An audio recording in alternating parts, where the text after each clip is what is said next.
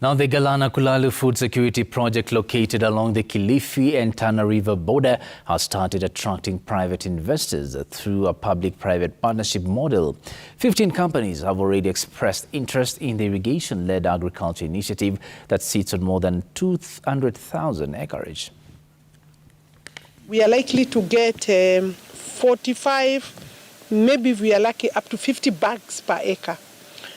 Our pilot farms here, our pilot production, because as National Irrigation Authority, when we started, we also did piloting to see what seeds, what varieties will do well. The expansion exercise is being carried out by Twiga Foods Limited through its large-scale commercial farming partner, Celu Limited. The private investor is undertaking a pilot farm on 495 acres for different maize varieties and fertilizer at different stages of maturity to come up with the most suitable and high-yielding variety.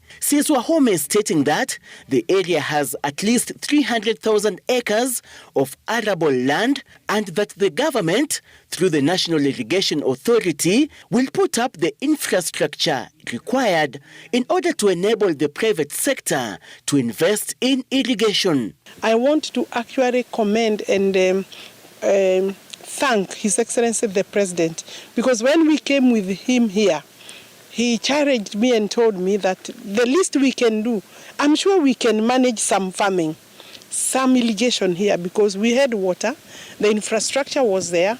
Principal Secretary in the State Department for Irrigation, Fantas Kimotho, who accompanied the irrigation CS, says most investors were inquiring about the type of soil and availability of water, which the government has already addressed. The proof of concept which is currently being done here by the current developer, because he's actually trying to test the soil structure and a number of things that the research that he's doing, because now has gone a long way towards proving the concept. So with that, it will be much easier for us to attract the investors.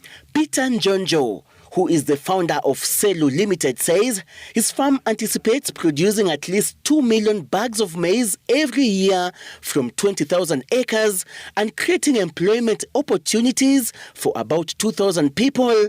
In that, maize crop at Galana Kulalu matures in 105 days. We've subjected 4 different varieties to 3 different conditions. First one being different spacing, or higher spacing was 24,000 plants per hectare, 66,000 plants per hectare, and then finally the lowest, which is 54,000 plants per hectare.